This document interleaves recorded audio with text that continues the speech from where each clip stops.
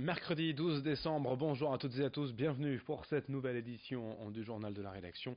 En images, en 8 minutes, l'essentiel de l'info près de chez vous. Ça démarre par vos prévisions météo bien sûr, avec un temps froid mais sec et plutôt dégagé qui s'annonce pour les prochains jours. Dans la région, aujourd'hui on va bénéficier d'une journée d'abord sous les nuages, mais on aura bien sûr à la mi-journée cet après-midi, un peu comme hier en fait, un temps plus clair et lumineux, un temps plus ensoleillé.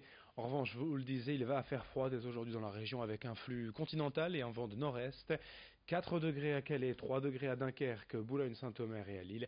Les prévisions météo complètes après le journal. À la une, tout d'abord, l'image symbolique de la signature du 1000e emploi franc hier dans le département du Nord. Le dispositif avait été annoncé par Emmanuel Macron lors de sa venue à Tourcoing en novembre 2017. Il s'agit principalement d'une aide financière pour les entreprises embauchant des demandeurs d'emploi issus des quartiers dits sensibles. Cette mesure semble particulièrement appréciée dans le département, puisque le Nord a enregistré un tiers des emplois francs signés en France depuis un an. Pour info, ce 1000e contrat a été entériné hier au restaurant Pirate Paradise au centre commercial Promenade de Flandre à Ronc. À cette occasion, le département a également ratifié le 600e CIE, contrat initiative emploi pour les bénéficiaires du RSA. Explication au micro de Vincent Villard.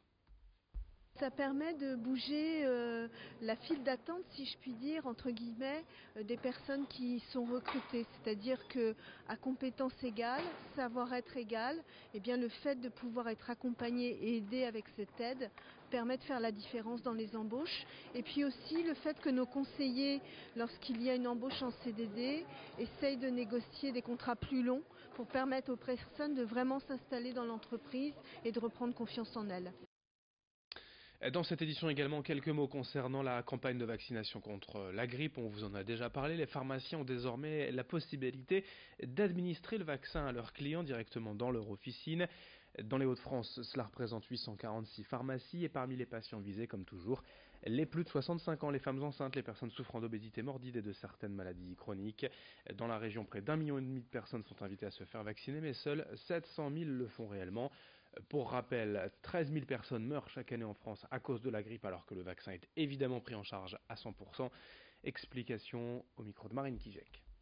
Au niveau des populations plus à risque, il y a bien entendu les personnes âgées de plus de 65 ans qui reçoivent la prise en charge, mais il y a également de nombreuses personnes atteintes de maladies chroniques auxquelles on ne pense pas forcément spontanément, mais par exemple pour une personne diabétique, asthmatique ou qui peut avoir des problèmes cardiaques ou des problèmes respiratoires, c'est également très important de se faire vacciner parce que cette personne est plus à risque de développer une forme grave ou d'aggraver sa maladie si elle contracte la grippe. Et enfin, il y a également les femmes enceintes pour lesquelles il est recommandé de se faire vacciner, peu importe l'état d'avancement de la grossesse, il est recommandé de se faire vacciner pour les femmes enceintes parce qu'elles sont également plus à risque de contracter une forme grave.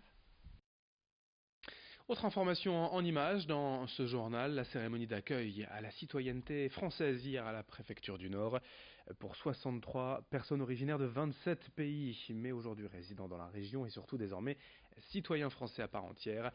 Toutes ces personnes et leurs proches ont d'abord entonné la Marseillaise puis ont écouté l'hymne européen. Chacun des 63 citoyens a été appelé pour recevoir un dossier, un extrait de leur décret de naturalisation et la déclaration des droits de l'homme et du citoyen. L'objectif d'une telle cérémonie, c'est de faire passer un message au-delà même des valeurs théoriques, plutôt une manière chaleureuse de montrer qu'ils sont tous les bienvenus. Lucille Constant a rencontré certains de ces naturalisés, notamment Marie-Josée.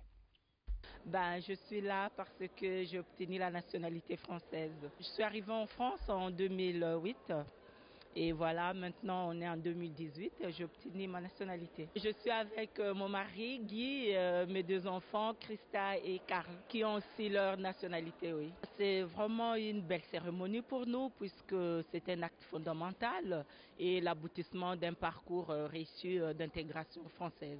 C'est important d'avoir cette cérémonie, comme ça nous avions compris que nous sommes vraiment bien accueillis en France.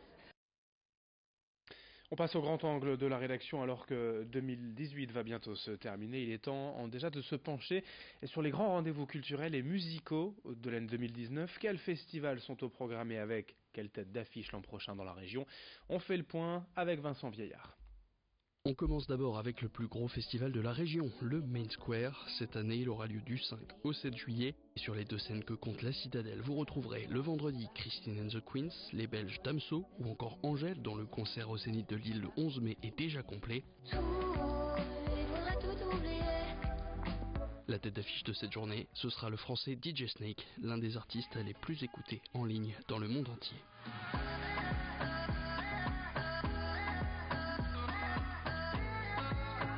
Le samedi, lui, sera marqué par les shows de L'Homme Pâle, du groupe nordiste Skip the Use, récemment reformé, et par le retour de Macklemore sur le site de la Citadelle d'Arras.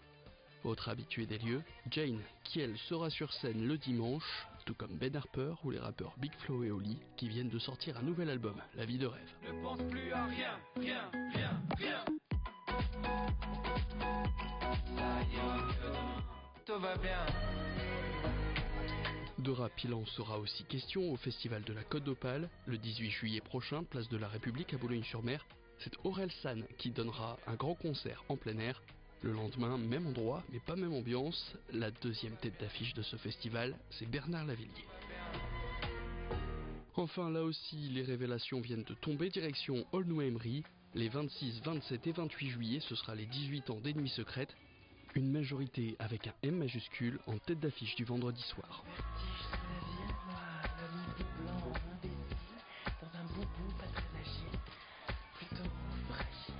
Autre gros nom, Columbine le dimanche ou Roméo Elvis le samedi. Et qui dit tête d'affiche annoncée dit billetterie ouverte, les places de ces 3 festivals sont d'ores et déjà disponibles sur internet. Merci Vincent pour ces explications détaillées. D'autres informations à suivre bien sûr dans nos prochaines éditions. Je vous rappelle rapidement les prévisions météo du jour. Un temps de plus en plus froid. On a frôlé les 0 degrés, parfois même dans les campagnes. Certaines gelées enregistrées cette nuit et tôt ce matin. Aujourd'hui un temps sec, assez nuageux d'abord pour démarrer la journée, puis ensoleillé et clair et lumineux cet après-midi, avec 2 à 4 degrés seulement pour les températures maximales. On fait le point dans un instant. D'autres infos à suivre dès le prochain quart d'heure. Merci de votre fidélité et très bonne journée à toutes et à tous en notre compagnie bien sûr.